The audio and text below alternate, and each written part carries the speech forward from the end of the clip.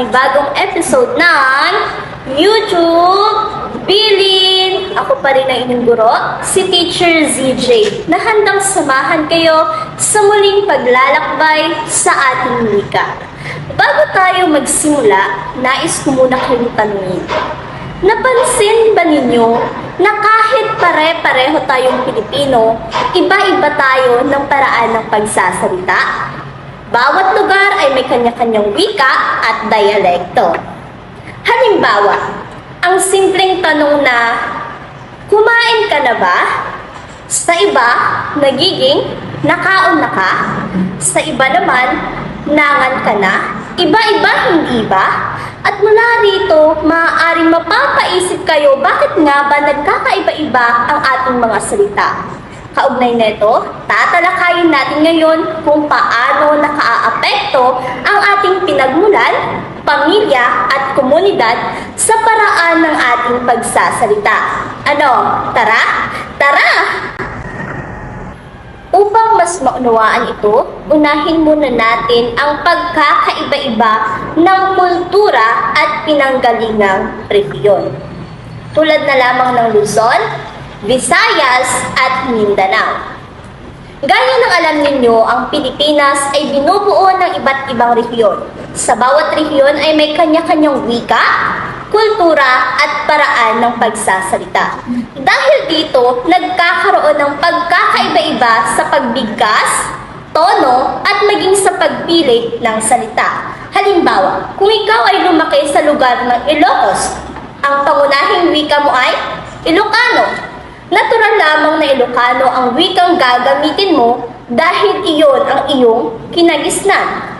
Samantala, kung lumaki ka sa lungsod, maaaring mas sanay ka sa wikang Filipino o di kaya Ingles. Pero may ilan naman ay mas sanay sa paggamit ng tinatawag nating Taglish. Sa madaling salita, kung saan ka nagmula ay may malaking impluwensya sa kung paano ka magsalita. Kaya naman, kung minsan ay nakakaramdam tayo ng pag-aalinlangan kapag iba ang punto ng ating kausap.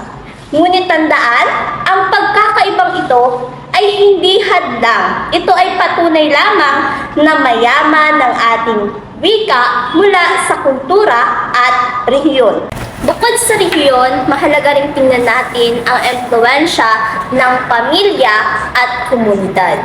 Kung iisipin ninyo, ang pamilya ang una nating guro sa wika. Kung ano ang madalas ninyong marinig sa loob ng inyong tahanan, iyon din ang humuhubog sa inyong pagsasalita. Ito ay ang tinatawag nating unang wika. Halimbawa, kung ang pamilya ninyo ay gumagamit ng wikang Filipino sa pang-araw-araw na usapan, mas nagiging natural ito sa inyo. Kung halong Filipino at Ingles naman, nagiging komportable kayong gamitin ang tinatawag nating Taglish. Kasunod nito, ang komunidad ay patuloy na humuhubog sa inyong kasanayan, sa paaralan, sa kaibigan, at sa kapitbahay.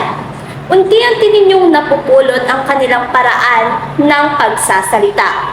Sa madaling salita, hindi lamang wika ang humuhubog sa atin, kundi hinuhubog din tayo ng mga taong nakapaligid sa atin sa paraan ng ating pagsasalita. Sa puntong ito, pagdudugtungin natin ang lahat ng ating natalakay. Ang paraan ng ating pagsasalita ay naaapektuhan ng una, ating pinanggalingang rehiyon. Pangalawa, ating pamilya at komunidad. Dahil dito, nagkakaiba-iba ang ating kasanayan at kumpiyansa sa paggamit ng wika. Ngunit, hindi ito dapat maging dahilan upang tayo ay matakot o mahiya. Sa halip, gawin natin itong inspirasyon upang mas pagbutihin ang ating kakayahan, sapagkat ang wika ay natutuhan at nahuhubog sa patuloy na paggamit. Sige nga mga anak, subukan nga natin ang inyong natutuhan. Magbibigay ako ng mga maiikling pangungusap. Pagkatapos, i-comment nyo sa comment section kung paano nyo ito binibigkas o ano ang katumbas na salita sa inyong rehiyon o kinalakhang lugar. Una, magandang umaga. Pangalawa, magandang tanghali. At pangatlo, magandang gabi. O ngayon mga anak, nabasa na ninyo ang komento ng iba ninyong kaklase. Anong napansin ninyo sa pagkakaiba-iba ng mga salita? Nagkaroon ba ng pagkakaiba-iba? Oo, maraming mga salita na iisa ang kahulugan, ngunit may iba't ibang bigkas at naiiba ang salita sa bawat rehiyon. Ang bawat sagot ninyo ay mahalaga dahil bawat wika ay may kwento. Bilang pagtatapos, nais kong iwan sa inyo ang kaisipang ito. Ang bawat isa sa atin ay may iba't ibang pinagmulan, karanasan at paraan ng pagsasalita. Ngunit, iisa ang ating layunin, ang maipahayag ang ating sarili. Kaya, huwag ninyong ikahiya ang inyong pinagmulan. Huwag kayong matakot magkamali. Gamitin ninyo itong bilang hakbang upang mas matuto at mas lumago at tandaan na ang kumpiyansa ay unti-unting nabubuo sa bawat pagsubok. Sana ay may natutuhan kayo sa ating talakayan sa araw na ito. Huwag kalimutan na ang pagkakaiba-iba natin ay hindi kahinaan. Ito ay kalakasan.